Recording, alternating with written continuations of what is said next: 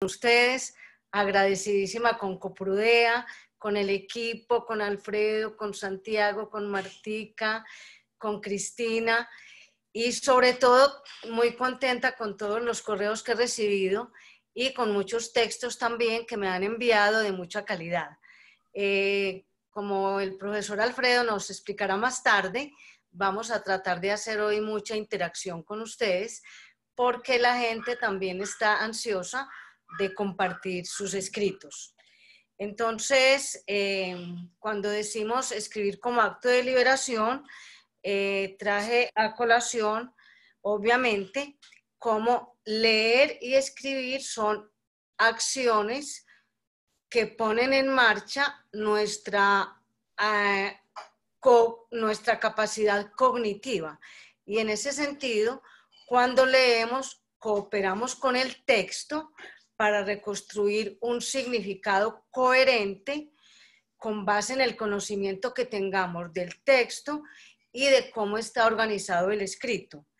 De tal manera que, como veníamos comentando otras veces, recordemos que hay que leer buenos autores, ver buenas películas e ir alimentando todo nuestro bagaje desde nuestra enciclopedia personal. Traíamos entonces hoy a Daniel Pennac con una frasecita muy puntual en donde plantea él que quien construye casas es porque está vivo, pero quien escribe libros es porque se sabe mortal. Daniel Pennac es un profesor francés que se hizo famoso por un libro inicialmente cuyo título es Como una novela. Y Daniel Pennac nos plantea su experiencia como profesor. Él es de la década del 45 y trae a colación también los 10 mandamientos del lector. Mandamientos que de pronto contradicen muchos de los principios que a veces nos han enseñado en la escuela tradicional. Y nos dice, primero que todo, derechos del lector. El derecho a no leer. El derecho a saltarse páginas. El derecho a no terminar un libro. El derecho a releer. El derecho a leer cualquier cosa. El derecho al bobarismo. Enseguida les aclaro el término. El derecho a leer en cualquier parte. El derecho a picotear. El derecho a leer en voz alta y el derecho a callarnos. Entonces, pues uno se acuerda de pronto en la escuela que siempre le habían dicho que había que leer un libro de pe a pa, que había que empezar desde el inicio y a veces nos sentíamos un poco indisciplinados cuando hacíamos otras cosas como empezar de atrás para adelante o en fin. En este texto, como una novela, pues ya el texto, el libro, empieza a explicar cada uno de los derechos, que aparentemente son obvios. Sin embargo, quisiera aclarar en el derecho al bobarismo. El bobarismo, ¿se acuerdan de pronto cuando leímos a Madame Bovary? El bobarismo es ese fenómeno por medio del cual nos encantamos, nos apasionamos, nos emocionamos y sobre todo cuando somos adolescentes descubrimos algún texto con el cual hasta quisiéramos dormir, trasnochar, en fin, toda esa primera emoción casi que visceral que sentimos cuando leemos. Pero obviamente no nos quedamos ahí. Entonces, obviamente es válido que nos encantemos con algún texto, con algún autor, pero luego ya, cuando somos más adultos, entramos propiamente en la cooperación ya como lectores con el texto, en la manera en que ya reconstruimos el significado y tratamos de asimilar también la coherencia del tema y la relación como ese texto está organizado. Por eso traía pues entonces hoy a Daniel Penach y para recomendarles todas las emociones que inicialmente se van transformando, se van decantando ya en un proceso en el que estamos ahora, los que estamos aquí en este encuentro, ya más de conciencia en la parte escritural. Bien, como invitado de hoy, siempre al inicio me gusta motivarlos con algunos textos cortos. ¿Cuál es la idea? Y hoy trajimos nuevamente a Cortázar, Julio Cortázar. ¿Se acuerdan que Julio Cortázar habíamos dicho que se le decía el gran Cronopio, en vista de que fue un hombre muy creativo, muy fantasioso, muy imaginativo, pero a la vez un hombre muy estudioso del lenguaje, de los diferentes idiomas, y a la vez un escritor supremamente dotado, pero a la vez muy formado. Traje este texto hoy pensando en los biólogos, en los estudiantes de ciencias, en los científicos, en los informes de laboratorio. Este texto se llama, bueno, está en el libro que ya hemos mencionado tanto de Cronopios y Famas, y este se llama Aplastamiento de las gotas. Fíjense bien.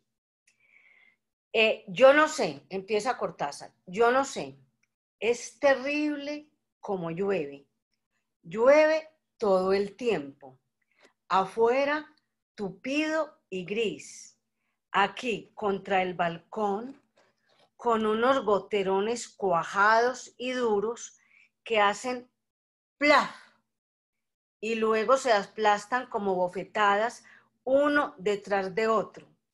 ¡Qué hastío! Ahora aparece una gotita en lo alto del marco de la ventana.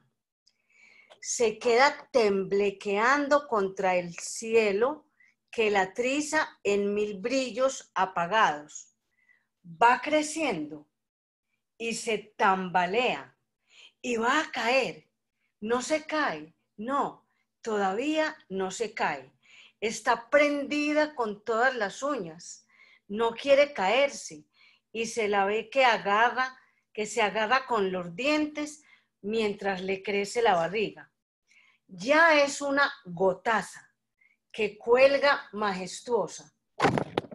Y de pronto, ¡zap! Ahí va, ¡plaf! Desecha. Nada, una viscosidad en el mármol. Pero las hay que se suicidan y se entregan enseguida, brotan en el marco y ahí mismo se tiran. Me parece ver la vibración del salto, sus piernitas desprendiéndose y el grito que las emborracha en esa nada del caer y aniquilarse. Tienen estas gotas tristeza, tristes gotas, redondas e inocentes gotas. Adiós gotas, adiós. Comentarios. Está en Cronopios y Famas. Bien. Entonces, como ven en este texto, hay una descripción muy puntual.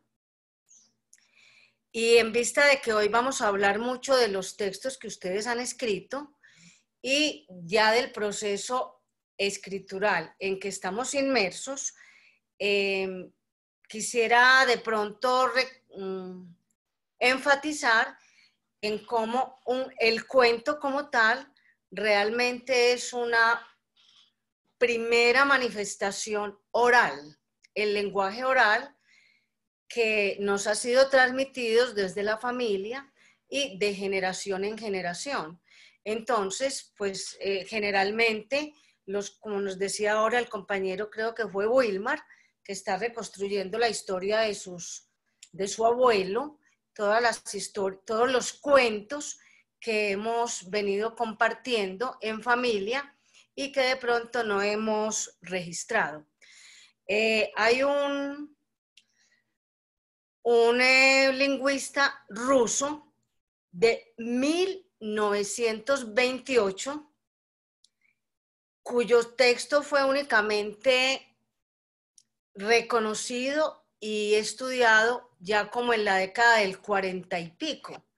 Y él se llama Vladimir Prop.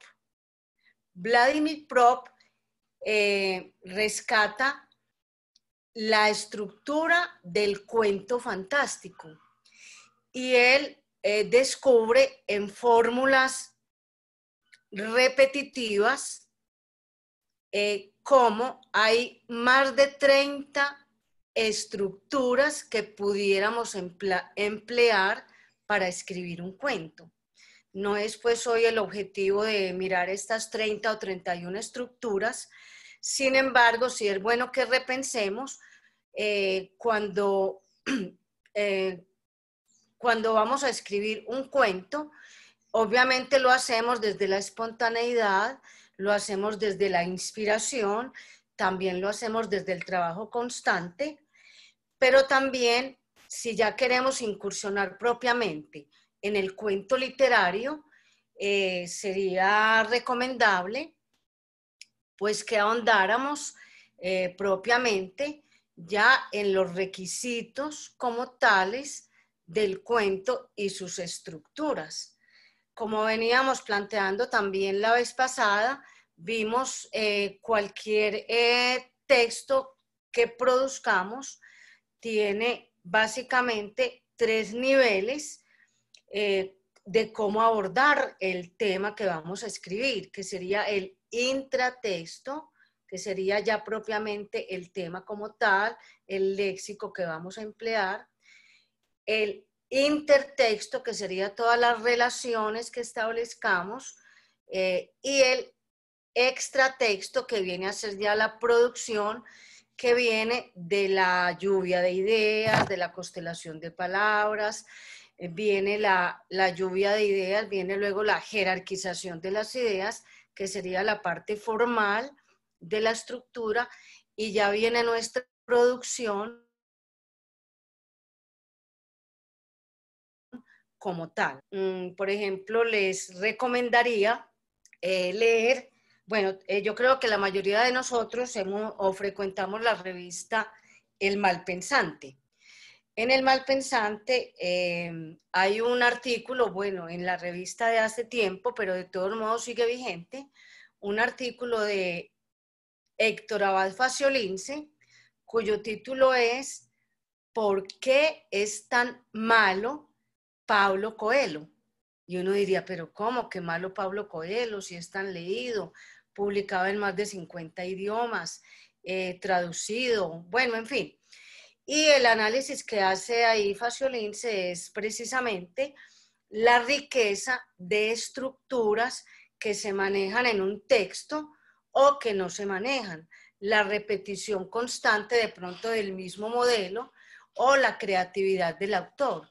Entonces encontramos ahí como de pronto un cuento, ya miraríamos qué tipo de cuento vamos a escribir, si es un cuento fantástico, si es un cuento detectivesco, si es un cuento histórico, si es realmente un cuento corto. Hoy les traje algunos modelos, y todas las estructuras que podemos utilizar para hacer variaciones en el texto que estemos escribiendo.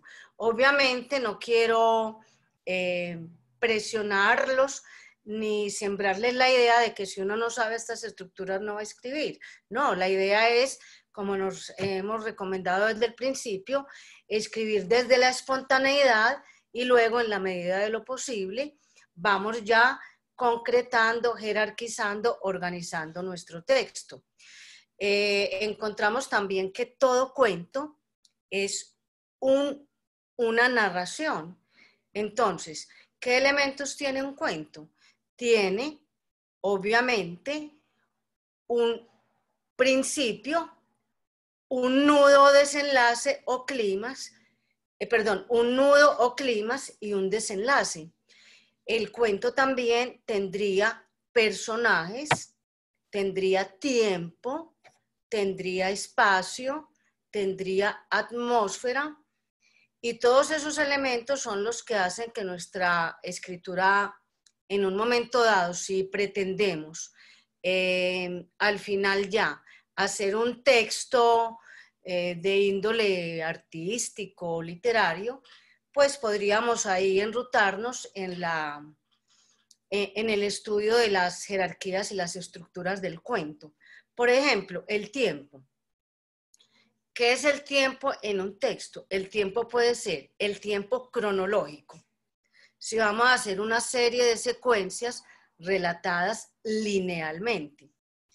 El tiempo cíclico, que sería cuando los cuentos empiezan por el final o cuando los textos empiezan por el final y terminan, como dijéramos, por el principio. Recordemos, por ejemplo, en Crónicas de una muerte anunciada. Todo el mundo sabía que iban a matar a Santiago Nazar. Entonces uno dijera, no, pues ya para qué voy a leer la novela. Sin embargo, ahí lo que interesa literariamente es el proceso escritural que llevó a cabo García Márquez en este caso.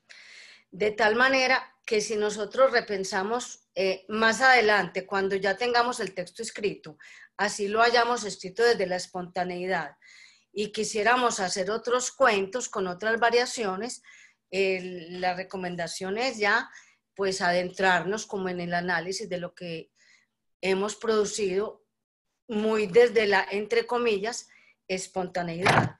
Entonces veníamos, por ejemplo, con el tiempo.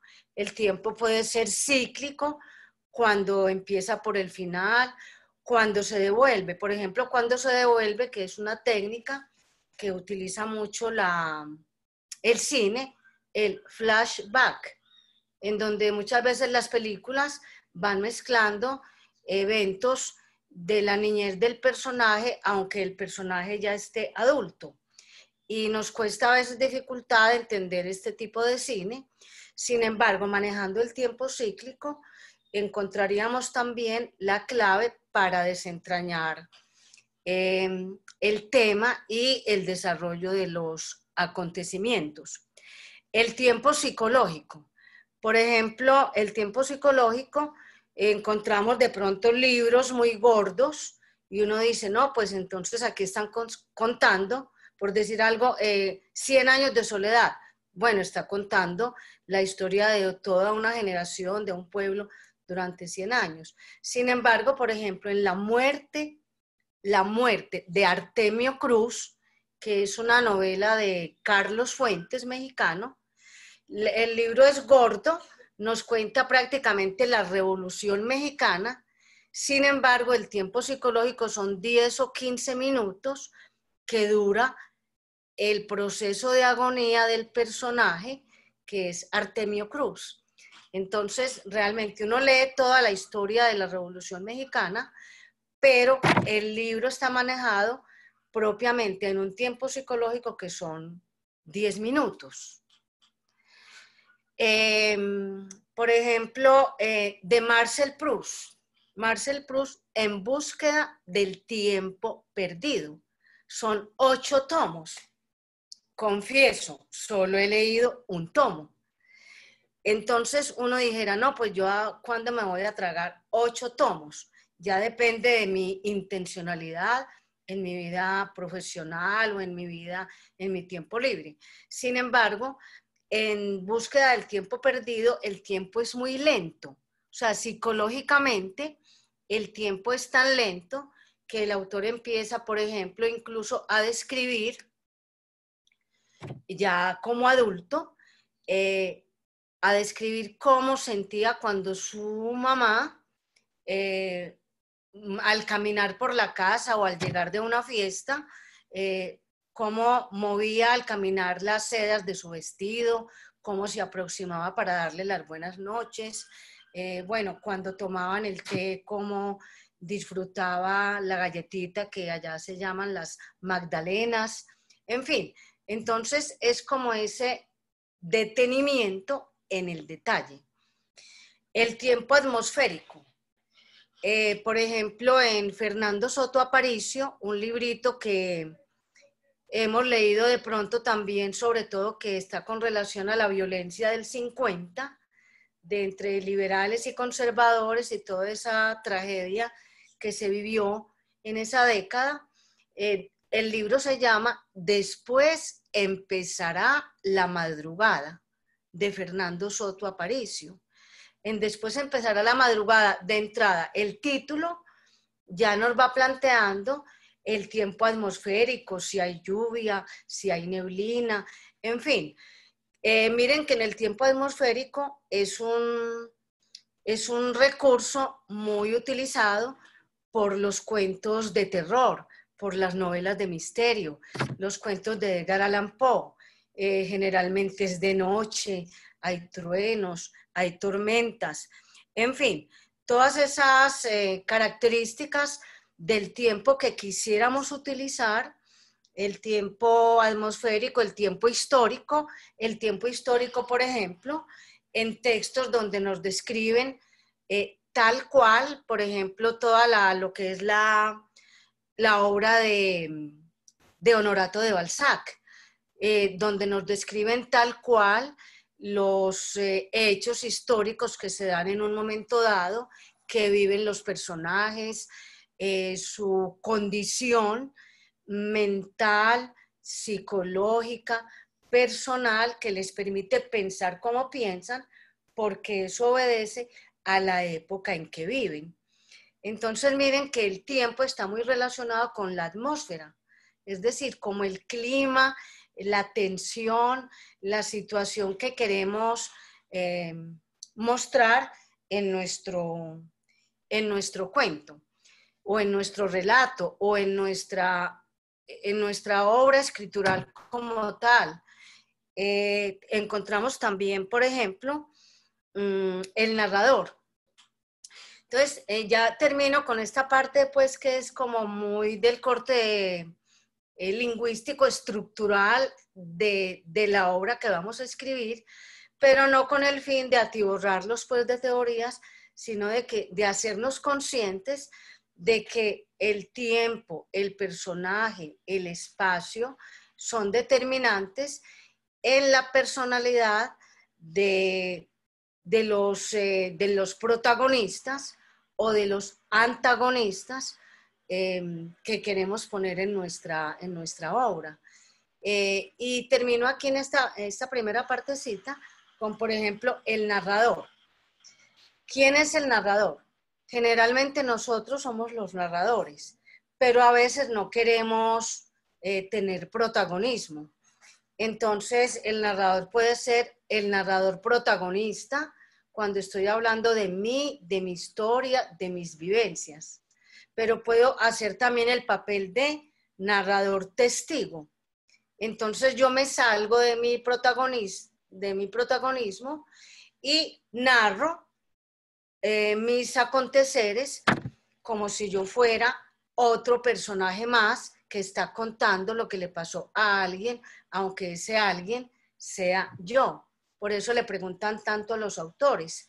Usted, cuando escribe tal situación, se refería a usted mismo, y muchas veces por efectos de censura, por efectos de situaciones políticas, históricas, pues no queremos demostrarnos como tales. Sin embargo, son mecanismos que emplea el autor incluso para denunciar, para narrar, para contar, para evitar ser infidente, en fin. Entonces, mire que el narrador ya podría ser el narrador testigo, el narrador protagonista, el narrador omnisciente, que es el narrador que utiliza mucho, por ejemplo, William Faulkner. William Faulkner en Mientras agonizo utiliza mucho el narrador omnisciente. Cortázar incluso en Rayuela.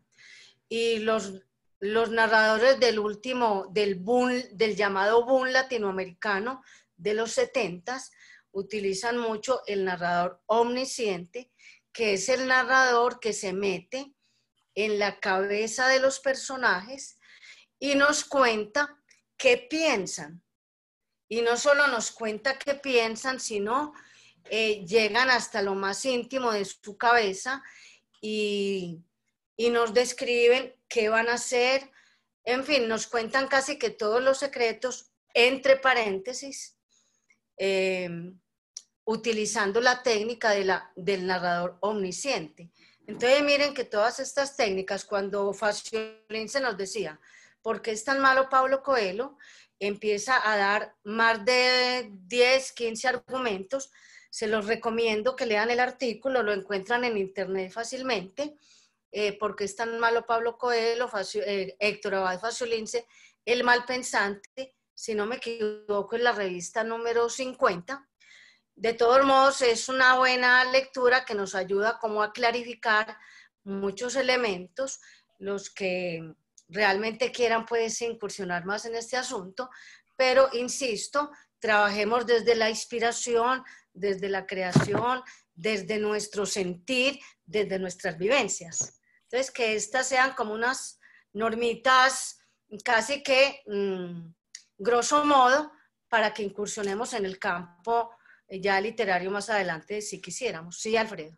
Profe, dos cositas. Por favor, nos repite, o yo no lo tomé nota, no pude encontrar el escritor ruso que escribió las 30 estructuras del Sí. cuento, no lo pude encontrar. ¿Cómo Muy se bien. llama? Vladimir Es el escritor ruso, se llama Vladimir Prop. Prop. Sí. Perfecto. El texto es un Morfología poco del cuento. denso, sin embargo está muy bien ejemplificado y aunque es un texto, dijéramos casi que arcaico, sigue vigente. ¿Sí? Perfecto. Y lo otro, ¿cómo se relaciona lo que nos acaba de mencionar de los diferentes personajes? ¿Qué sería el alter ego o a cuál de esas categorías se podría llamar el alter ego? Claro. Bueno, el alter ego viene a ser como el personaje favorito de un autor que nos revela realmente como la idiosincrasia, los intríngulis, realmente casi que sus secretos más preciados revelados en el alter ego, que es el personaje recurrente. Por ejemplo, Álvaro Mutis tiene a Macrol el Gaviero, ¿cierto? Entonces, en Sherlock Holmes encontramos, por ejemplo, los personajes como, bueno, Watson, ¿cierto? Personajes repetitivos. Mario Conde, en el ejemplo que ahora de la película, Eh, sería el alter ego de Padura. Claro, claro. Entonces, de ahí que cuando, por ejemplo, hay un sistema políticamente dictatorial, lo primero que hace el Ministerio el Ministerio de Cultura es censurar ciertos libros cuyo alter ego está continuamente denunciando, criticando, manifestando ciertas heridas que se sufren en X sistema. Sí. Perfecto, gracias. En los tiempos de mi papá, pues que es un referente pues en mí muy importante porque fue mi mamá, Vargas Vila. en vista de la muerte de mi papá, era Vargas Vila. Claro. Y entonces, no quiero decir quiénes, pero de todos modos hicieron una pila con los libros que él tenía, e hicieron una pila en el sofá, en el solar, y le quemaron todos sus libritos. Bien. Es difícil ahora encontrar publicaciones de Vargas Vila, ¿o no? Bueno, no, en nuestra biblioteca encontramos de todo. Okay. En nuestras bibliotecas encontramos de todo, incluso la biblioteca de nuestra, pues de la Universidad de Antioquia, en Bolivariana, en EAFIT, las bibliotecas de Confenalco y Confama son muy buenas. Yo creo que tenemos ya una riqueza maravillosa. Perfecto. Bien, entonces estábamos hablando de la atmósfera, hablamos ya del tiempo, hablamos del narrador.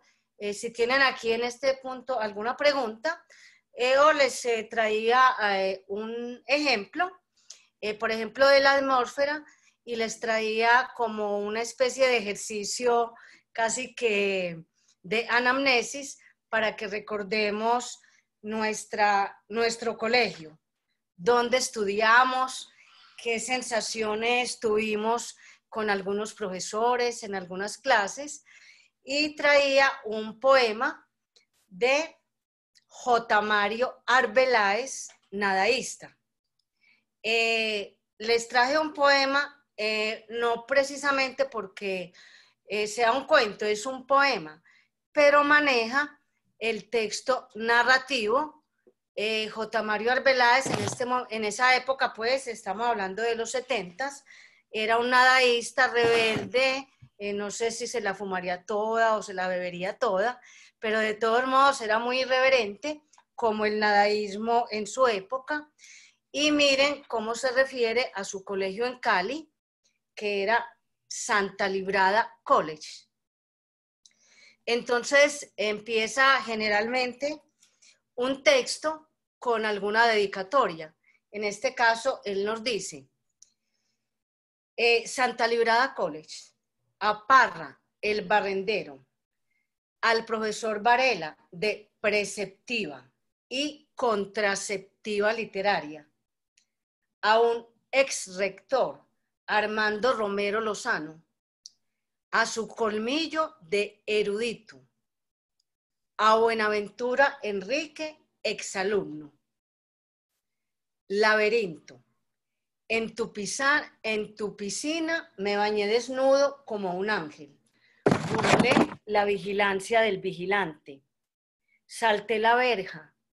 Jugué billar en la cantina de la esquina.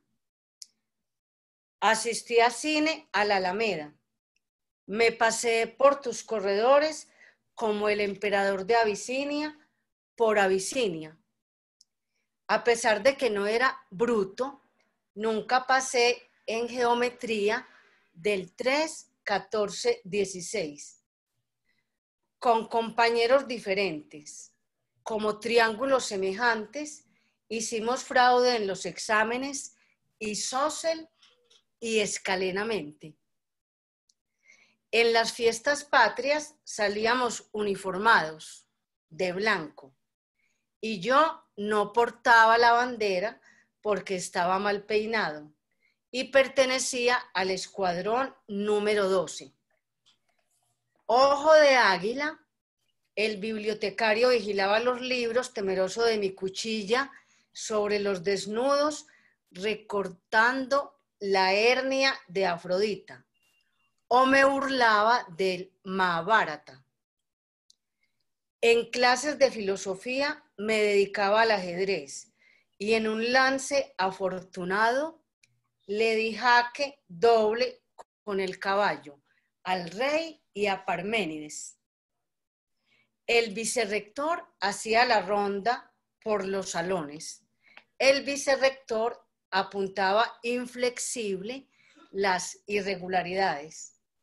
El vicerrector era el rector 2 veces.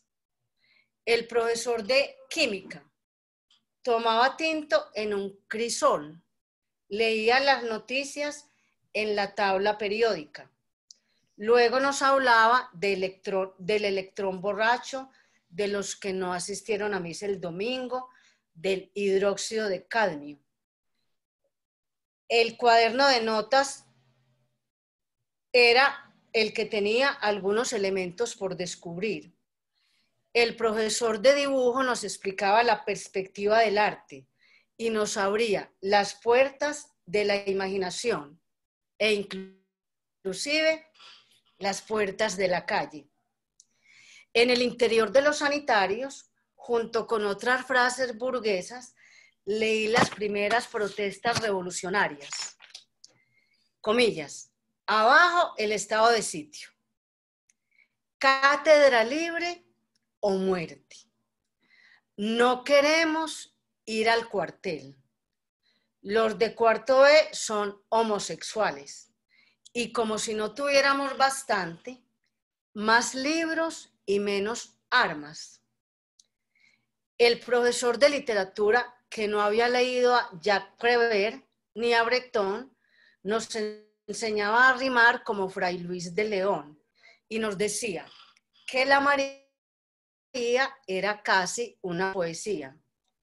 El profesor de francés, hablando de Brigitte Bardot y de la guerra dentro de su patria, he aquí la oportunidad de decir merde. El profesor de historia, con su figura de mapa de América, nos explicaba sinceramente que no hubo tal decadencia romana, sino más bien una desvalorización del sestercio. Clase de biología. El profesor no encuentra la fórmula en el laboratorio ni en el libro. Ensaya en un tubo la efervescencia de la vida. El profesor de urbanidad llegaba puntualmente, pulcramente, no fumaba, no gritaba, se iba. El dentista nos sacaba las muelas y dejaba caernos en las ingles trocitos de algodón que él recogía pecaminosamente. El profesor de música era una dama, daba la mala nota pedagógica. Nos daba de dormir en sus conciertos, fusa a fusa, sostenido a bemol, fa, mi, re, do. El profesor de contabilidad es un pequeño asiento en mi memoria.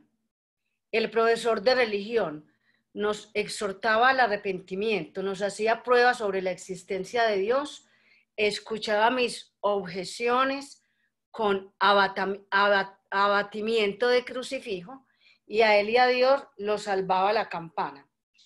Francisco de Paula Santander, en el patio mayor, era entonces una base de béisbol.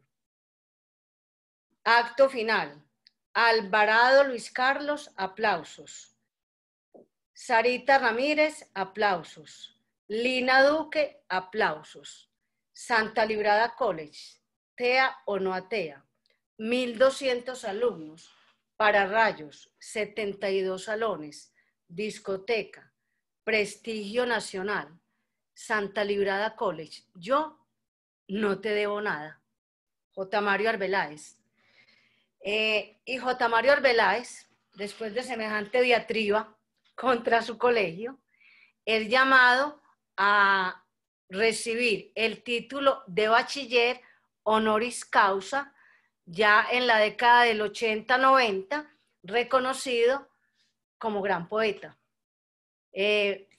Muy rico que de pronto pudieran intervenir, comentar algo, hablar de pronto de sus experiencias escriturales con relación a su colegio, en fin, les dejo la inquietud. ¿Qué nos dicen? Por ahora yo solamente quiero reafirmar lo que tú decías hace un instante. En la revista número 50 del Malpensante se encuentra el texto que nos mencionas, ¿cierto? Sí. La columna se llama Quita Pesares, ¿cierto? El texto de Abad Faciolince acerca de Paulo Coelho. Pero qué maravilla, Alfredo.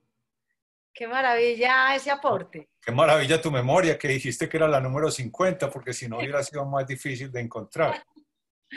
Cuando uno está en clase, pues, o cuando uno está en eventos así, o en una fiesta, o en una conversación, se le ocurren una cantidad de cosas que uno no sabía que las tenía ahí guardadas. La narrativa del Colegio Santa Librada se parece, yo creo que a muchos colegios. Jorge Mario Uribe aquí lo menciona, que también era un relato muy, que tiene vivió unos tiempos muy similares, y yo lo viví también en un colegio que era de la ¿cómo se llama?, de la curia, y sufrí, digamos, muchas de las cosas que menciona el autor ahí. Qué bien. Entonces, miren, ¿se acuerdan de pronto en la primera sesión que leímos la palabra, todo lo que usted quiera, sí señor, pero son las palabras las que cantan, las que suben y bajan? Ese texto era en prosa. Sin embargo, miren que el texto es casi una poesía. Y esto que les leí es una poesía, sin embargo, miren que es una narración. Entonces, lo que les quiero decir es que la estructura de cualquier texto toma el nombre según la manera en que dispongamos el lenguaje. Es decir, Cuando hablamos de poesía, pues hablamos de versos. Y cuando hablamos de prosa, hablamos de secuencias en frases. De tal manera, pero desde la distribución física, es decir, desde la imagen. Como diríamos en términos lingüísticos, la estructura superficial es lo que vemos. Entonces, de entrada vamos a mirar el texto de J. Mario Arbeláez y está distribuido en verso. Pero estructuralmente, jerárquicamente, lo que vemos es una poesía.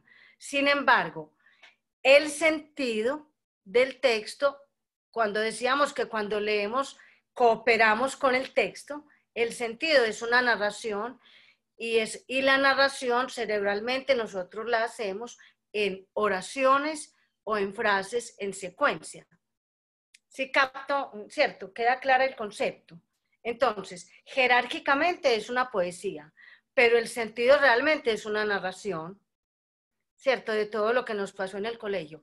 Y miren, cuando decimos que un texto es vigente, miren, por ejemplo, ahí la atmósfera que nos trae J. Mario Arbeláez, la atmósfera de reminiscencia y hasta de nostalgia de las travesuras que uno hizo, de los pasteles que elaboró, de las tomaduras de pelo, de cómo algunos profesores nos llegaron al alma y de pronto otros no tanto, en fin. Entonces mire la atmósfera ahí como de reminiscencia.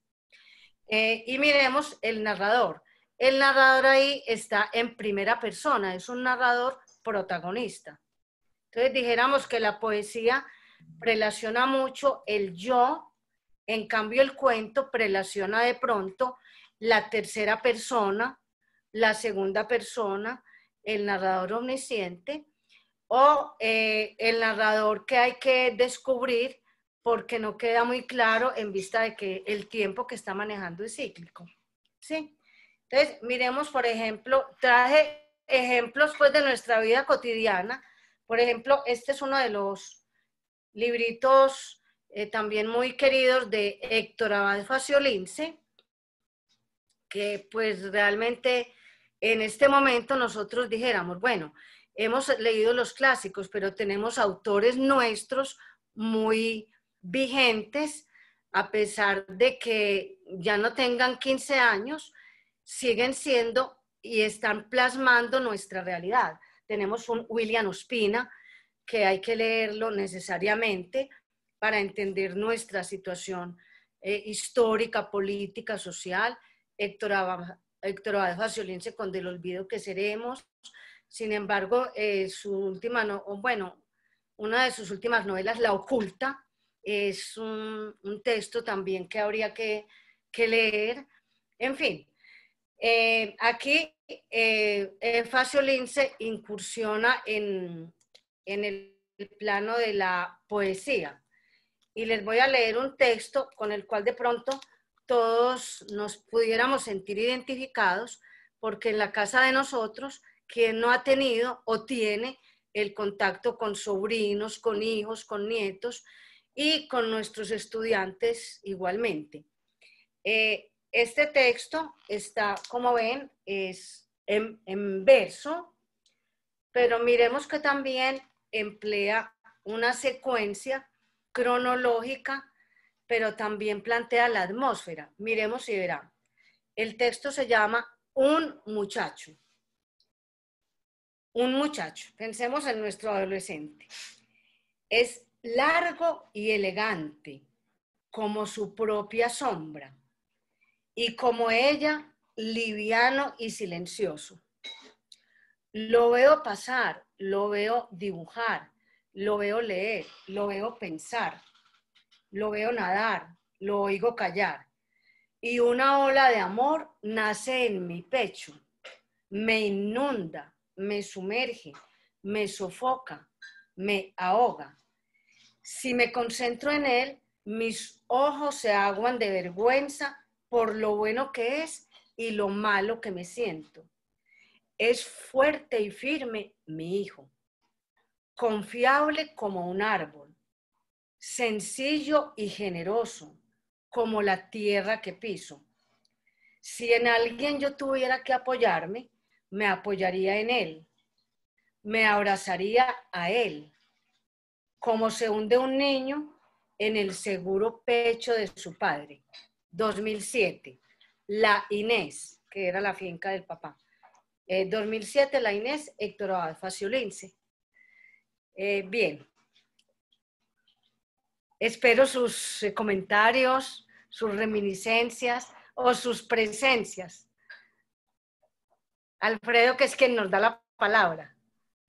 Yo creo que Santiago le podríamos pedir el favor de que abriera un poco los micrófonos para intercambiar algunas ideas con los asistentes Don Alfredo, a ya la se encuentran sesión. habilitados los micrófonos. Gracias, Santiago.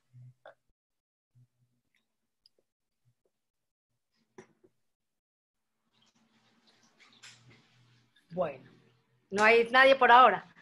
Esperemos que alguien seguro va a querer expresarnos alguna opinión.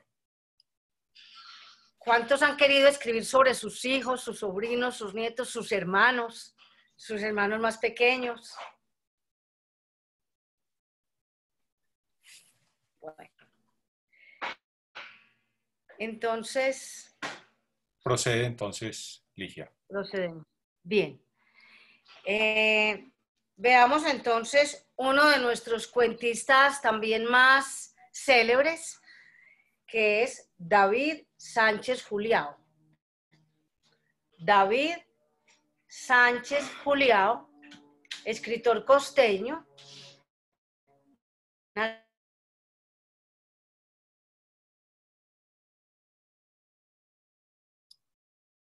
Te quedaste congelada. Se perdió la señal probablemente.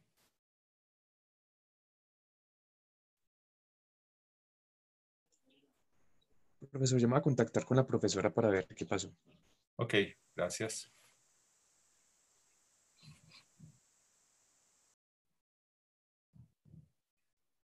Mientras nos comunicamos con la profesora, quisiera contarles pues a todos que la idea de mantener esta... Bueno, entonces David Sánchez Julião, por ejemplo, alguna vez, por allá, no sé, hace muchos años, pasaron una novela de él que era Pero sigo siendo el rey. Bien, yo hoy les estoy trayendo textos cortos. Hoy les traje un librito de cuentos que se llama El Arca de Noé, que alguna vez de pronto les había mencionado. Entonces, miremos aquí en el Arca de Noé, están muy explícitas las partes de un cuento. Miremos. Desde el título en un cuento debe ser un título que nos enmarque en el sentido del cuento y que nos vaya dando pistas de entrada sobre la temática. Miremos, por ejemplo, El cangrejo Smith y la ostra González. Ostra González gozaba un día del ardiente sol de un verano esplendoroso en una isla del Caribe. Cangrejo Smith, un apuesto cangrejo norteamericano que había viajado de turista al mismo lugar, se le acercó y le dijo, ¿me permite? Of course, respondió la ostra. Se hicieron amigos esa mañana, salieron a bailar ese atardecer y terminaron haciendo el amor esa noche. Al otro día, Ostra González se levantó rejuvenecida. Siempre conviene hacer el amor, pensó. Es reconfortante y saludable. Estiró los brazos en la cama y luego se acarició la costra como añorando las caricias del cangrejo. Pero de pronto se sintió liviana, más liviana que de costumbre. Se abrió de costras, buscó en su interior como desesperada y exclamó, ¡mierda! Me robaron la perla. Lloró durante 6 horas inconsolable. Al cabo de ellas, ya resignada, encendió un cigarrillo y pensó, comillas, este tal cangrejo Smith debe ser de la Alianza para el Progreso. cierra comillas. Bien. Miremos aquí el narrador. El narrador aquí, cómo el autor va trabajando desde el narrador testigo hasta el narrador protagonista y hasta el narrador omnisciente. Y cómo aquí es muy importante un elemento que no había comentado al principio, el referente. Miren, históricamente, quienes de pronto, puede que no hayan nacido obviamente, pero de pronto por historia nuestra de Colombia, sabemos qué fue la Alianza para el Progreso en los Estados Unidos.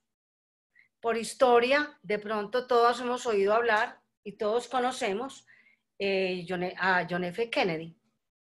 Y de pronto conocemos también por historia, aunque no lo hayamos vivido, la época en que venían aquí lo que se llaman los cuerpos de paz.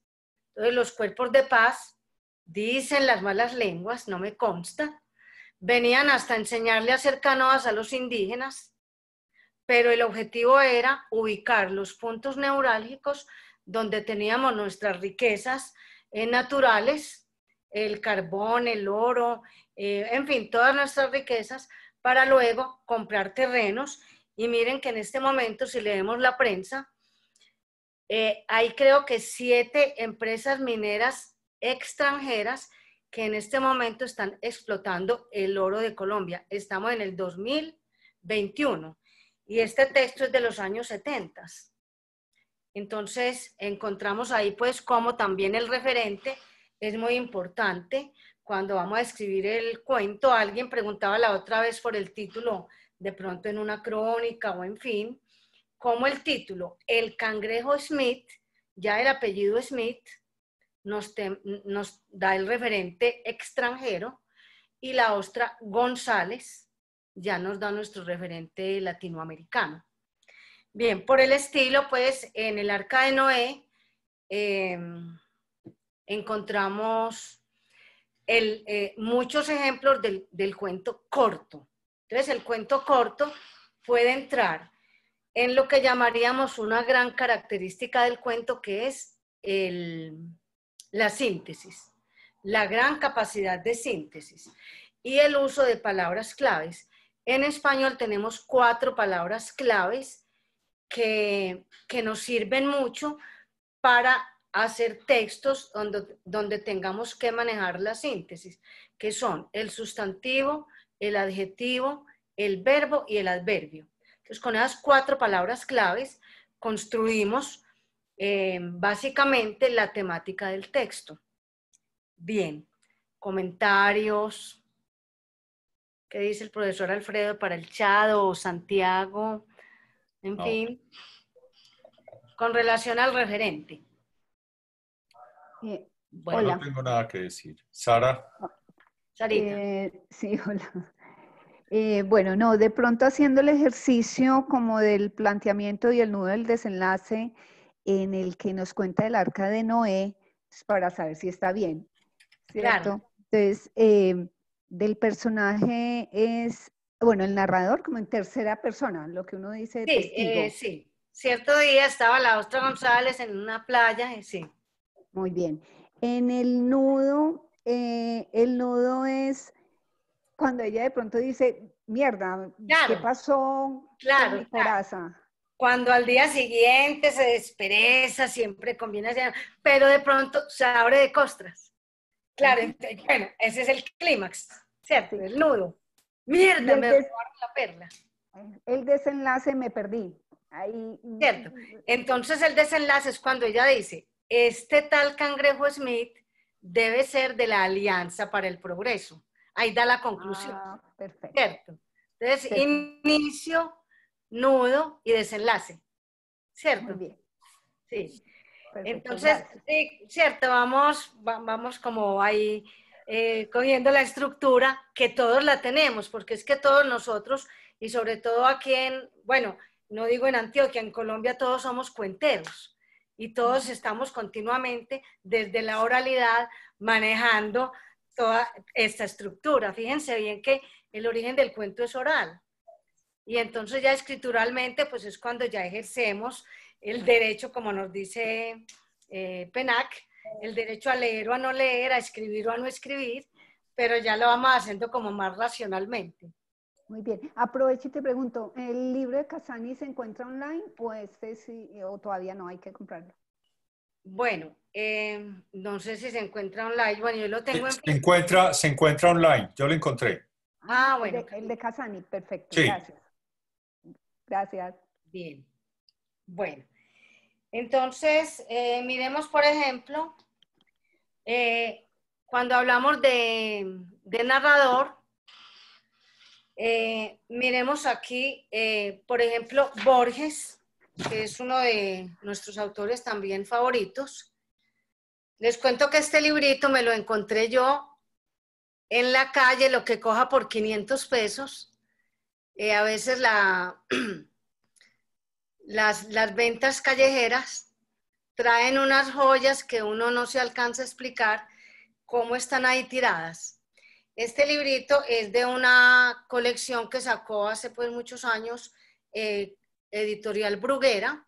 Este se llama El libro de los seres imaginarios, que fue el antecedente de Manual de Zoología Fantástica o Zoología Fantástica de Borges, que incluso es muy difícil conseguir.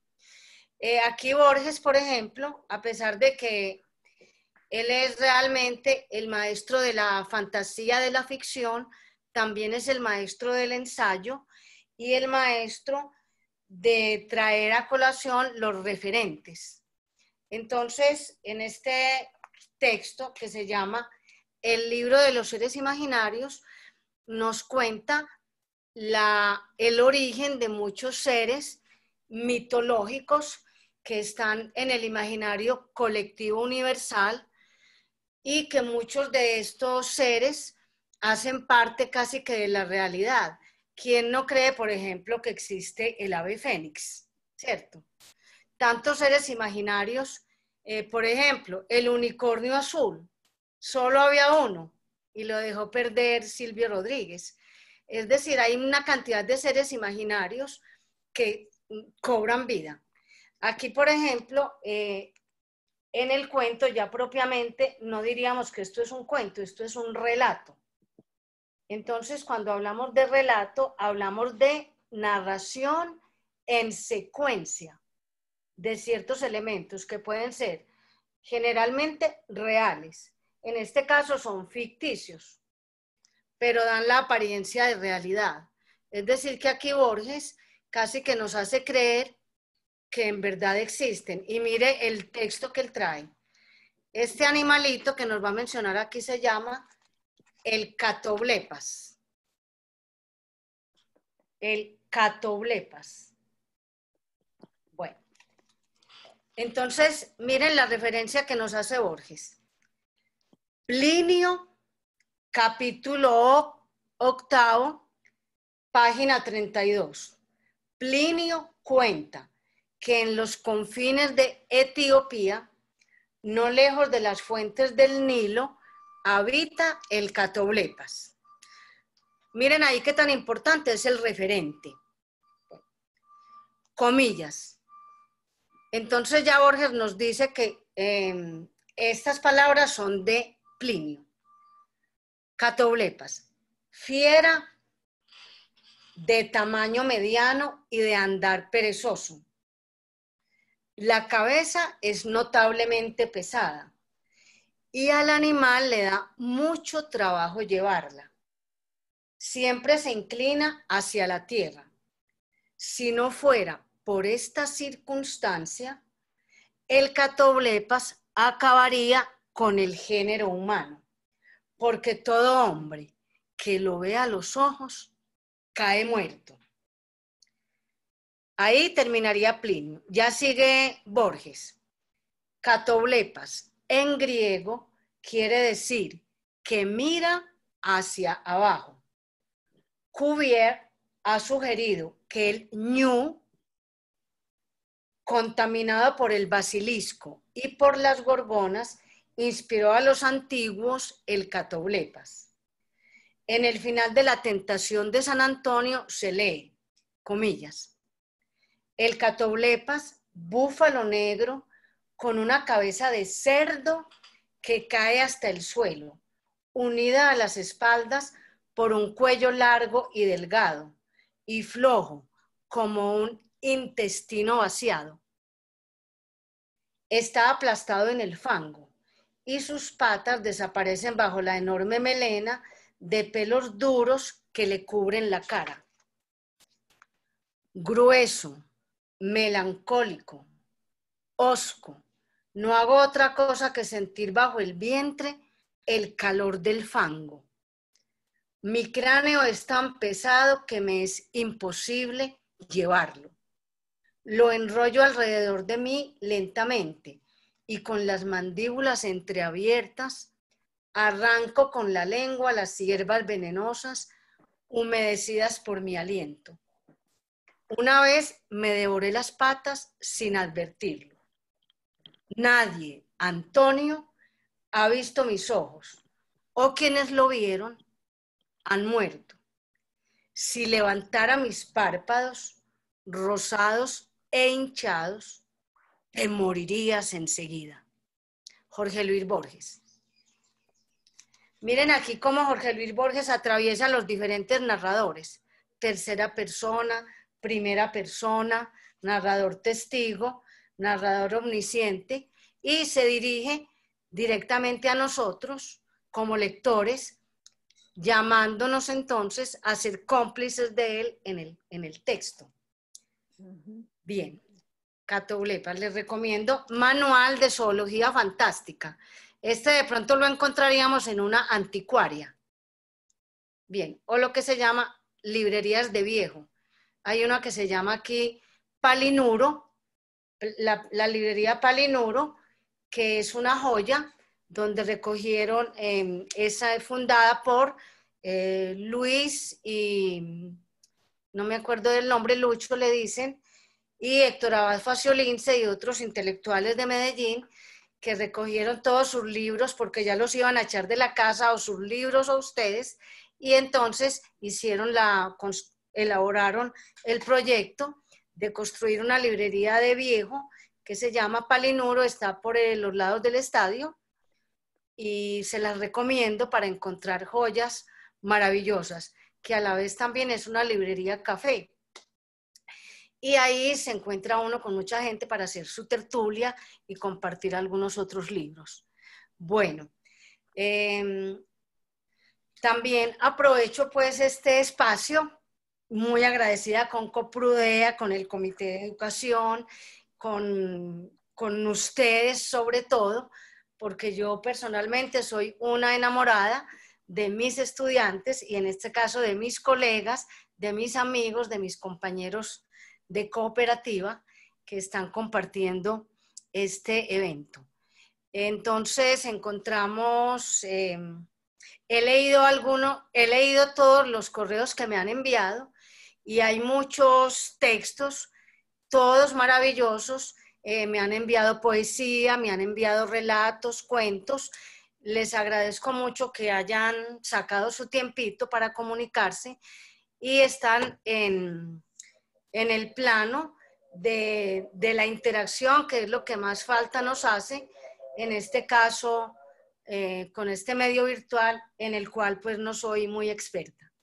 Entonces, yo quería, por ejemplo, pedirle a una de las chicas que me ha escrito, si de pronto o alguno de los que me han escrito quisieran leer algo. Me pareció muy interesante un relato que me envió una niña. Alfredo, ¿te acuerdas que te había comentado? Sí, Lina está presente, nos gustaría mucho que nos compartieras tu relato. Y Ligia, no te preocupes por el aguacate, todos los tenemos, tranquila. Lina, por favor, ¿nos quieres compartir? Hola, sí, ¿cómo están? Muy bien, Lina. Bienvenida. Ay, Lina, ¿qué tal? ¿Cómo está, profe Ligia? Muy bien. Ay, qué bueno que estás. Ay, sí, fue muy difícil ingresar hoy. Estuve en la lucha ahí al inicio, pues, para poder ingresar. Entonces les pido aquí 2 segunditos mientras que abro la carpeta ya en un momentico. Denme un segundito, qué pena. Es que no pensé que fuera a ser como así la cosa. Te cogimos a quemarropa, lo sabemos. Te cogimos a quemarropa. Qué vergüenza. Denme un segundito. Sí, lo que pasa les voy contando. La profe nos estaba leyendo ahorita los escritos del colegio de este señor. Ay, se me fue el nombre. J. Mario.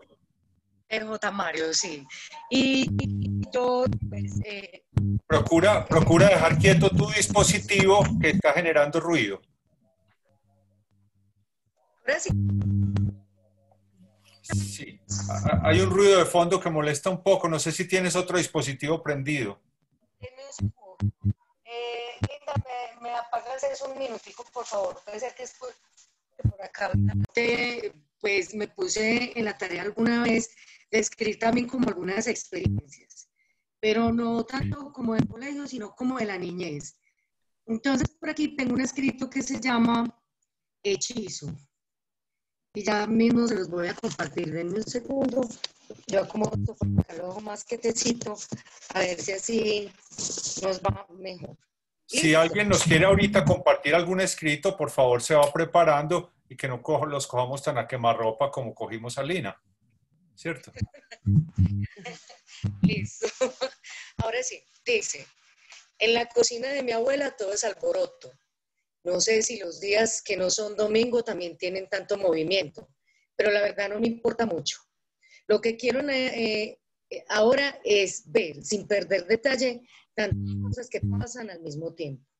Es casi como si estuviera viendo diferentes programas de televisión en una misma pantalla. Pero no me gusta hacerme muy cerca. Prefiero hacerme a un ladito junto a la puerta del patio.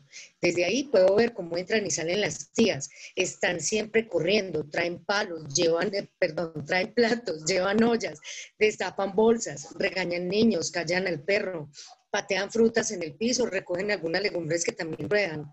Es muy interesante ver cómo pueden entenderse entre ellas casi sin hablar. Hasta se hacen señas extrañas, señalan cosas que necesitan con la boca, intercambian frascos con ramas secas, especias, creo. Al menos eso dijo una de ellas. Mientras que las otras discuten en dónde va cada cosa o en dónde están las otras. Una vez estuve mirando esa típica escena dominical desde detrás de una mesa en la que había servido un plato de espaguetis. Y más atrás de estos, mi abuela. Mi madre y mis tías se movían tan rápido en la pequeña cocina que sus brazos se veían igual de enredados que los espaguetis de aquel plato. Realmente fue muy divertido. Casi podía verlas convertidas en gigantes lombrices de tierra jugando entre ellas a ver quién se enredaba más. También pude reconocer cómo entre ellas formaban una poderosa figura que representaba un dios o algo así. Esa deidad tenía varios brazos y podía hacer, por lo tanto, varias cosas al tiempo, así como mi abuela, las tías y mi madre juntas. En fin, suceden cosas increíbles aquí. Pero lo que no... Ay, perdón. En fin, suceden cosas increíbles aquí. Pero lo que no sé es si alguien me crea lo que sucede en el fogón, en donde las ollas comienzan a llenarse de todo tipo de ingredientes.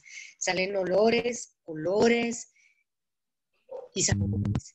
Cuando la olla solo tiene agua, el olor que suelta no sabe a nada, es gris, pálido, casi sin color. Pero después de que la carne y las papas, naranjadísimas zanahorias y sus primas las arracachas comienzan a hervir, huele casi como a dulce de tierra negra y mojada, como a lo que huelen las partes altas de las montañas, además de ser un olor que trae más colores y sabores. Empieza a envolver un halo de casi calma, desesperados comensales que corren, juegan, hablan y se ríen a carcajadas. Se cuentan entre sí una gran cantidad de acontecimientos de la semana. Algunos rezan, piden a Dios porque las cosas siempre marchan igual de bien que ahora. Otros más jóvenes ponen a sonar la radio. Ahora la algarabía se convierte en una fiesta de sonidos, colores, olores y sabores que se traslapan, se envuelven, giran y juguetean entre ellos. Como por arte de magia, vuelven al lugar del que salieron, para volver a salir en un constante. Bueno, y aunque no parezca fácilmente creíble, en esa olla de grandes proporciones, no solo cabe... Perdón, no apagué las las notificaciones.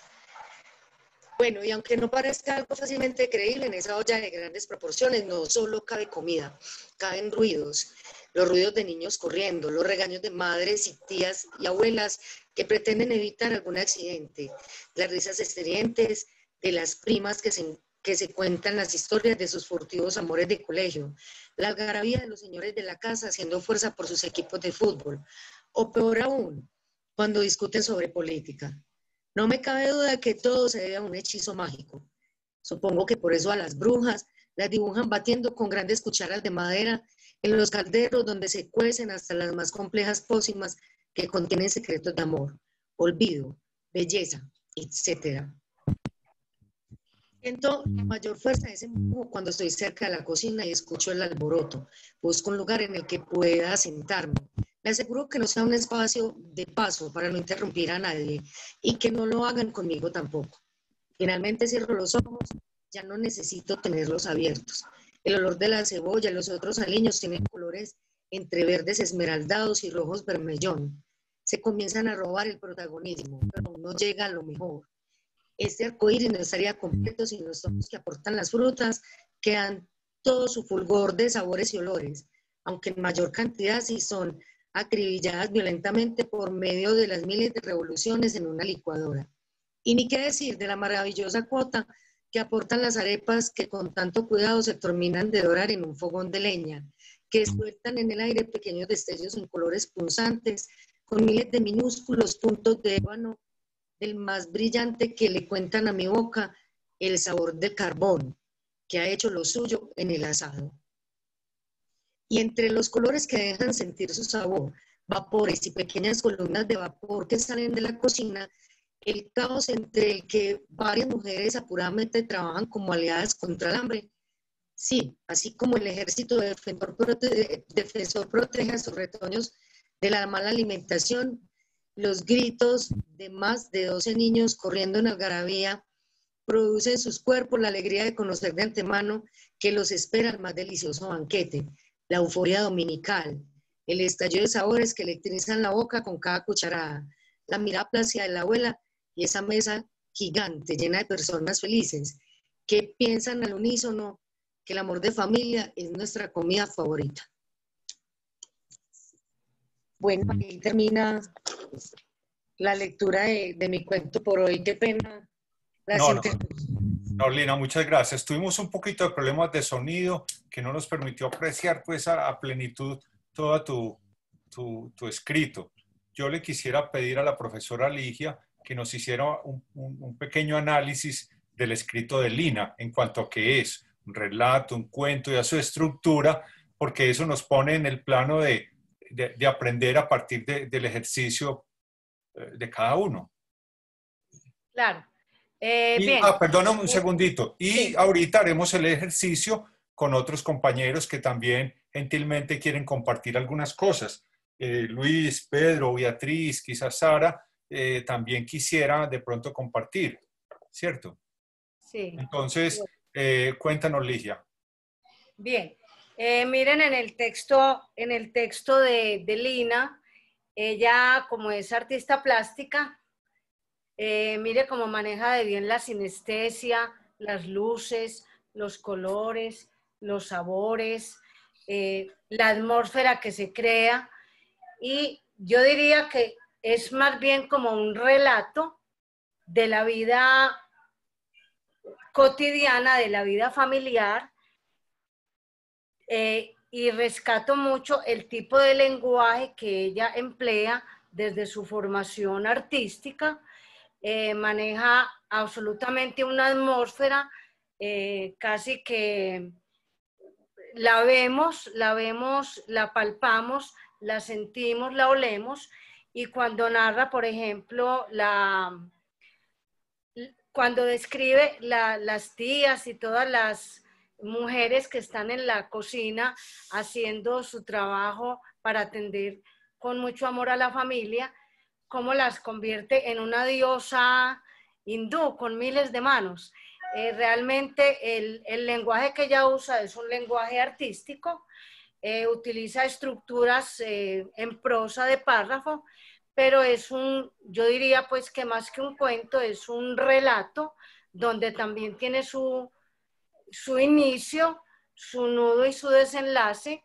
Y miren que al final la conclusión es muy, muy clara con el efecto tan hermoso en la vida de nosotros, o en la vida de ella en este caso, de esas reuniones familiares, que yo creo que con ella compartimos esa misma atmósfera. Ya habría que mirar desde la parte superficial algunas observaciones en la repetición de conjunciones, en la repetición de conectores. Sin embargo, no cambia para nada el sentido del texto. La felicito, un muy buen texto. Muchas gracias, profesora. Yo quisiera que le pudiéramos abrir a Luis. Ahorita, de todas maneras, 10 minutos antes vamos a plantear lo que queremos de aquí en adelante, porque es un ejercicio parecido al que estamos teniendo en este momento. Lo que pasa es que vamos a tener unas condiciones, sobre todo en la extensión de los relatos o de los cuentos, para poder hacer algo más manejable en este espacio. Santiago, por favor, le podríamos abrir a Luis Córdoba, y estaría en turno Pedro Cataño, que también quisiera compartir algo con nosotros. Alina, muy agradecidos por su lectura, muy querida. Don Alfredo, todos pueden habilitar los micrófonos en este momento. Buenos días. Buenos días, Luis. Aquí estoy. Muy bien. Bueno, voy a leer esto que le escribí a mi papá un día al padre, porque después de que de yo ser papá, me di cuenta que mi papá era una cosa distinta. Entonces se llama Gracias, Pa. Ahí estás, en tus tardes de siempre, rumiando soledades y recuerdos, viendo cómo notan tu presencia solo aquellos que comienzan a caminar en la vida, porque encuentran en tu compartir un tiempo sin afanes, lleno de disfrute del presente, porque ellos te dan lo único que esperas, una sonrisa para ti, un abrazo o una sencilla conversación, para poner en palabras tanta vida acumulada. Ahí mismito estás, en el punto más alto de la soledad heredada de generaciones hoy ausentes, cediendo, como de costumbre, los sueños que te quedan a quienes enseñaste las reglas, esperando que descubran como tú las excepciones que trae la experiencia. Aquí estás, con tu amor invisible para muchos, tan potente como los silencios en la música, con tu papel de fuerte tan bien actuado que nadie te ha preguntado cómo te sientes, y algunos, o tal vez hasta duden si es que sientes. Estás como hombre bueno, con la convicción como única arma contra los juicios que han sido más que los agradecimientos, porque la gratitud la ves en los triunfos que ayudas a forjar, en la satisfacción del deber cumplido, como legado recibido de unos y entregado a otros. Y aquí estoy, con ese legado, recreando nuestra vida juntos, ahora desde tu rol, sirviendo sin ser servido, acompañando aunque esté solo, y enseñando mientras aprendo tanto a ser padre como a ser hijo. Aquí no hay segunda oportunidad. Aprendo a llorar en silencio porque no hay lugar para la queja. Por eso te digo ahora lo mucho que te quiero y gracias, Pa, porque dejarlo para después sería egoísmo y vanidad. Gracias. Muchísimas gracias, Luis. Muy sentido, pues, el homenaje que le haces a tu padre. Y profesora Ligia, tiene la palabra. Bueno, yo pienso que el texto de Luis cabría en el género epistolario, es decir, en el género carta, en el género diario, en el género en donde el autor es protagonista, narra en primera persona, dirigido al interlocutor, que sería en este caso su padre, y ahí estamos empleando lo que se llama la función perlocutiva, tratando de lograr un contacto con el otro, con el interlocutor, emisor, receptor. Y la atmósfera es una atmósfera muy, muy sentida, muy emocional, muy de sentimiento, y en vida, hermano, en vida, como decimos, es un texto muy bonito realmente. Y sí, yo insisto pues en que sería más bien tipo género epistolario o epistolar. Ok, Luis, muchísimas Muchas gracias. gracias a ustedes. Pedro Cataño, ¿nos quieres compartir tu escrito, por favor? Y sigue Sara Gaviria y posteriormente Beatriz Tamayo.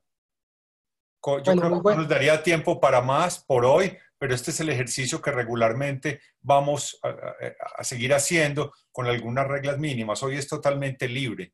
Adelante, Pedro. Gracias por Bueno, participar. muy buenos días. Eh, pues figura de que yo no había leído ese escrito de Cortázar pues acerca de las gotas y yo casualmente el ejercicio lo hice sobre gotas de lluvia. Ah, qué bien. Yo salí a caminar y me encontré una hojita y en ella pues góticas de diferentes tamaños y me pareció muy bonita en medio pues del rayo del sol como se reflejaba en medio de las gotas y quise escribir este pequeño relato que dice: aquí descansando un poco sobre este verde colchón natural, porque gracias a la inevitable presencia de la gravedad, al caer recuperamos la frágil figura, unas más grandes que otras, da igual para una gota. Sin embargo, no pasará mucho tiempo y de nuevo seguiremos transitando este fascinante planeta, visitando otros espacios, tomando nuevas formas, haciendo parte de otros paisajes. Una de tantas citas que en sendas ocasiones debemos cumplir es precisamente cuando somos convocadas por los cálidos rayos del sol para cumplir una noble misión que consiste en conformar una inmensa y cambiante nube que en su transitar pesado y complejo nos volverá a soltar para caer de nuevo. Quizás en esa ocasión para humedecer una cálida piel o como en tantas ocasiones hacer parte del cauce de un pequeño arroyo o de un caudaloso río que tendrá como destino llegar al inmenso mar. O quizás después de ayudar a florecer un frondoso árbol o a través de la madurez de sus jugosas frutas, podamos nutrir un cuerpo humano en el cual alcancemos a vestirnos de rojo para ser parte de ese líquido que recorre las venas y las arterias y por ese medio alcanzar a llegar al último rincón del corazón. Una vez allí, estimular las pulsaciones y después de otro largo recorrido, no menos complejo, volveremos a tomar una nueva forma, la cual se hará visible quizás al ser impulsadas por los sentimientos para transitar por algunas mejillas y en ese vaivén del tiempo o a través de la forma de la gota de regreso a unos labios para calmar una angustiosa sed. Gracias. Qué lindo, Pedro. Sí. Muchas gracias a ti. Mire, Pedro estaba sintonizado hoy con Cortázar y las gotas y miren que hace también una muy buena descripción y las gotas son las que toman ahí el protagonismo. Es un buen ejercicio de observación como lo que acostumbran a hacer los estudiantes que tienen que ir al laboratorio para transcribir un fenómeno y él en este caso como persona con un gran sentido ecológico y a la vez miren al final cómo la conclusión largota que llega al labio me parece un muy buen final. Recordemos que ya por ejemplo en el cuento habría que tener mucha capacidad de síntesis y redondear mucho las ideas principales para evitar la redundancia. Sin embargo, a mí me parece pues que es un texto muy descriptivo y ahí encontramos que el cuento es una herramienta muy importante para utilizar los diferentes tipos de lenguaje. Bien, retrató realmente lo que es el agua como tal. Sí, bien, bien. Pedro, muchas gracias. Vamos con Sarita. Sara Gaviria nos quiere compartir algo. Bueno, hola. Sarita. Primero que todo, para Lina, que ahí lo escribí, le sugiero el Club de Escritura Puente Taja, que tiene una convocatoria que se llama Historias con Sabor, que es de esos relatos de las comidas de familia. Si quieres, ahora nos damos el dato y bueno, y ahí le digo cómo se hace. Y precisamente entonces les voy a leer el relato que tengo para esa convocatoria y bueno, que es de comida. Entonces, preciso, espero que el video no interfiera, bueno, pero entonces voy a empezar. Palabras con sabor, ese es el título. Ingredientes: un invitado especial, un motivo de celebración, una mesa bien servida. Preparación: había que esperar que se mezclara el invitado y el motivo para deleitar esa maravillosa cena que hacía mamá. Una vez se tuvieran estos dos ingredientes bien horneados, ella se disponía a servir la mesa con arte y gusto sobre una madera oscura fina elaborada en los oficios de carpintería de mi abuelo. Esta era tendida con un impecable mantel blanco bordado y con el fin de no ensuciarlo y poderlo guardar perfectamente como un lienzo que cubre el altar en la misa. Cada puesto de la mesa era separado por individuales tejidos a mano con pequeñas hojas verdes. Parecían obras de arte, enmarcados con cubiertos limpios y brillantes, ubicados en el lugar adecuado según las reglas elementales de etiqueta. A la derecha del plato, el cuchillo con la hoja vuelta hacia este. A la izquierda, el tenedor con las puntas hacia arriba, horizontalmente, y delante del plato los cubiertos para el postre. De un mueble antiguo majestuoso en donde se custodiaban los más valiosos utensilios de la cocina, salían todos los tamaños del plato.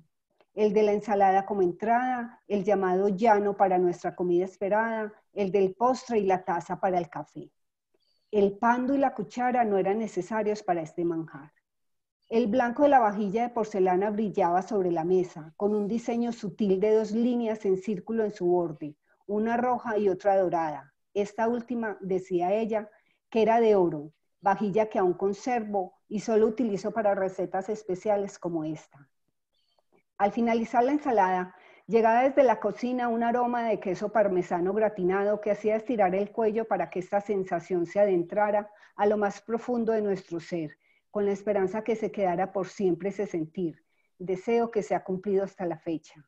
Se servía el segundo plato y a partir de ahí todo era colores, olores y sonidos. Al introducir el tenedor se desbordaba una salsa de color granate combinada entre la carne de res y de cerdo con un guiso de cebolla y tomate, dejando resaltar un aroma de vino tinto en que fue cocinada.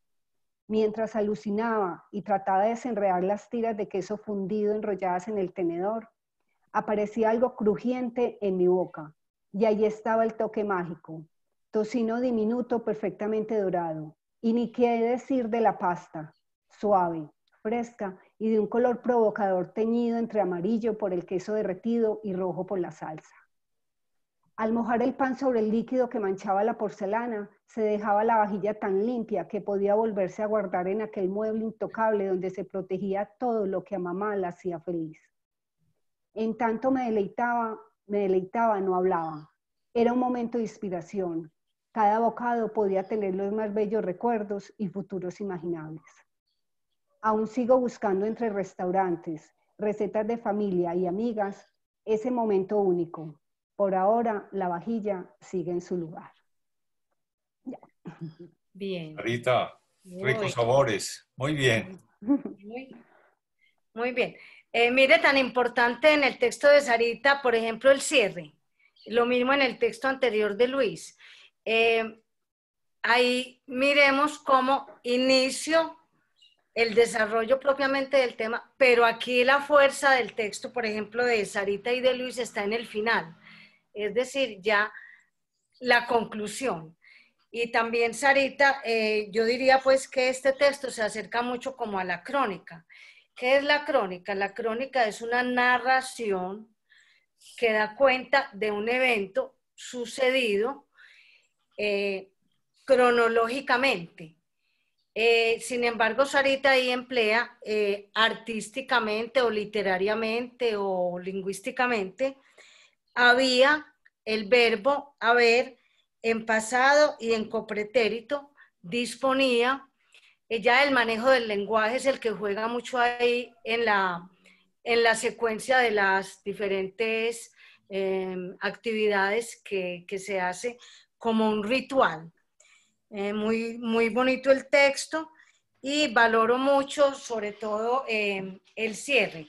Encontramos que estructuralmente en prosa podemos manejar una idea principal al principio, en la mitad o al final, pero cuando queremos que el texto tenga mucha fuerza, enfatizamos mucho la idea al inicio y hacemos casi que la paráfrasis al final. Me parece un muy buen manejo también del lenguaje, el de Sarita. Gracias. Gracias. Gracias, Ligia. Yo creo que por hoy nos faltaría el texto de Beatriz, y antes de cerrar o que nos empiecen a abandonar la sala, dar unas ideas para la semana entrante. Beatriz, adelante, por favor. Hola. Hola. Bueno, mi texto es cortico y felicitaciones a los anteriores. El mío pues sí es mucho más, no tan especial y así tan bonito como el de todos, pero quiero compartir esto. Fue para una actividad que me pusieron a hacer para descubrir el origen de mis apellidos. Entonces el nombre que le di al texto fue Mi familia de pueblo y de principios. Cuando inicié a llenar el cuadro de análisis del origen de mis apellidos, solo sabía dos cosas: mis apellidos y de dónde son mis papás. No más. Todo lo demás lo tuve que preguntar. Y no fueron ellos precisamente quienes me dieron la información restante. Fueron mis tías, cada una por parte de cada familia. Por parte de mi papá, mi tía Amparo, la segunda en edad, ya que mi padre es el mayor. Ella me contó con fecha exacta cuándo se vinieron a vivir a Medellín. Y lo recuerda con tal seguridad porque fue el día que ella iniciaba su primer día de trabajo aquí, en Medellín, como educadora, porque de Santa Rosa salían de estudiar de la normal y ya tenían trabajo fijo.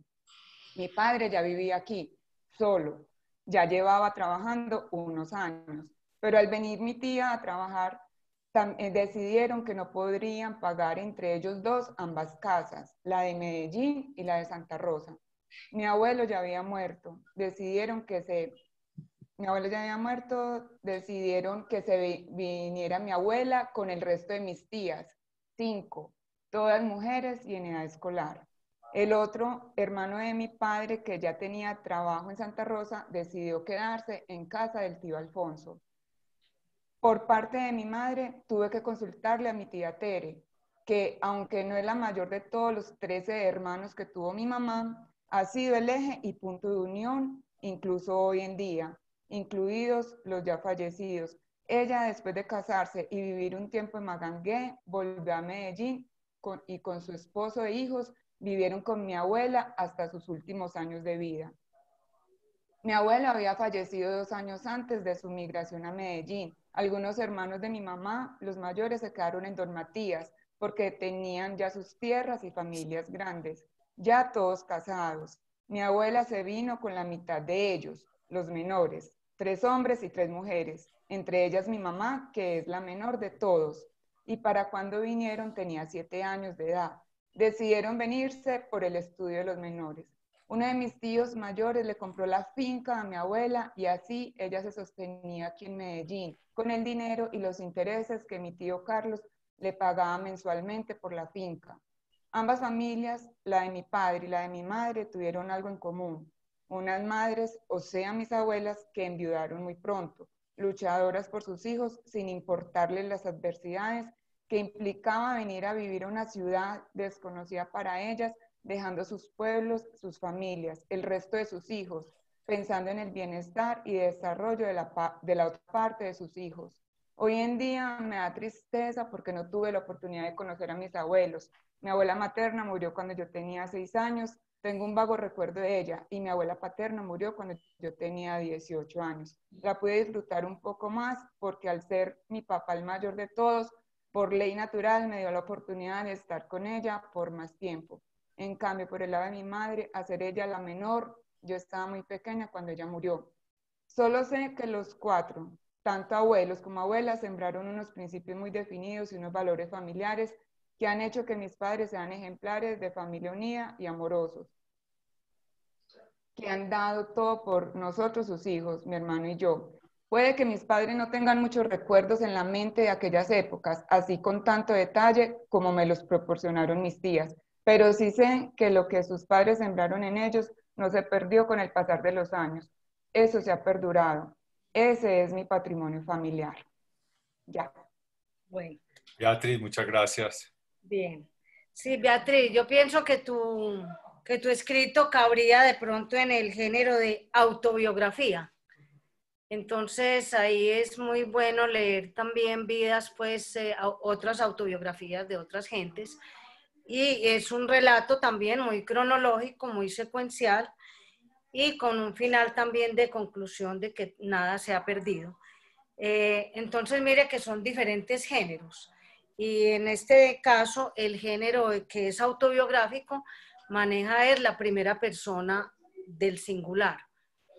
Ya pues quienes quisieran de pronto que miráramos más a fondo ya la estructura superficial, a diferencia de la estructura profunda, me pueden enviar al correo sus textos y ya haríamos como las recomendaciones puntuales, si quieren, y se han de sentir con libertad de hacerlo. Yo creo que este ha sido un espacio donde todos de manera muy libre escribimos.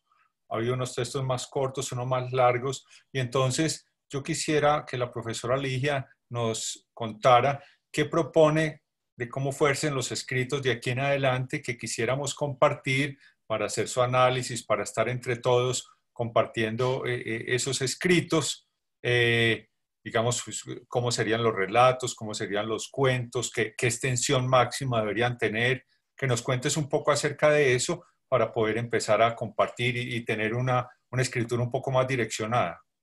Sí, yo sugiero que así como ha habido algunos libros donde se proponen textos de X número de palabras, propusiéramos un texto máximo de 500 palabras. 500 palabras son como más o menos 5 parrafitos, 4 parrafitos, en fin, porque 100 palabras ya es muy poquito. Y, por ejemplo, el cuento corto es un cuento de 2 o 3 líneas. Entonces, habría que más bien calibrar ni muy, ni tan, ¿les parece? Bueno, y que si quisieran también enviarme previamente al correo algunos textos y en esa medida pudiéramos hacer como un tamiz para compartir aquí el día que nos toque. Bueno, esa me parece... Tengo una tareita. Claro. Para quienes quieran hacerla, no hemos enfatizado mucho en teorías semánticas, sintácticas, morfológicas, fonéticas, sin embargo, la tareita que les voy a dejar es de Rayuela, capítulo 68, Rayuela, capítulo 68. En Rayuela, capítulo 68, hay un texto de Cortázar que es un juego con el lenguaje de tal manera que semánticamente son palabras inventadas por Cortázar, pero sintácticamente, si uno lee el texto, es capaz de darle sentido. Y vamos a dejar la libertad de darle el sentido que ustedes consideren.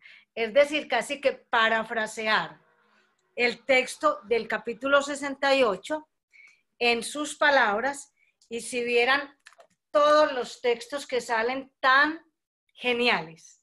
Es un jueguito que les propongo con premio incluido. Obviamente el premio es sorpresa.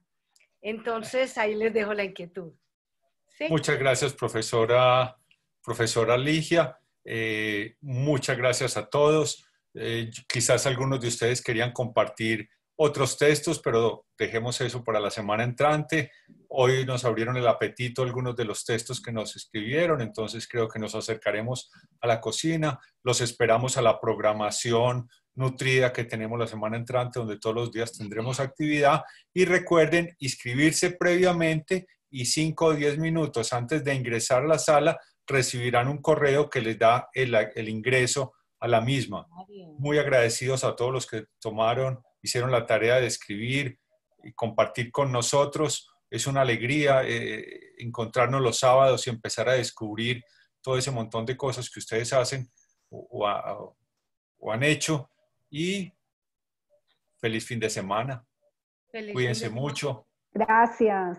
Bueno, y muchas gracias a Coprodea, al equipo y a ustedes sobre todo, que se han integrado y que hemos hecho, yo creo que un maravilloso grupo.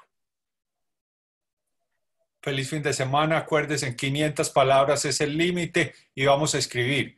Démonos esa libertad, liberémonos un poco y contémonos historias. Hasta pronto. Hasta pronto. Hasta pronto, hasta el otro sábado.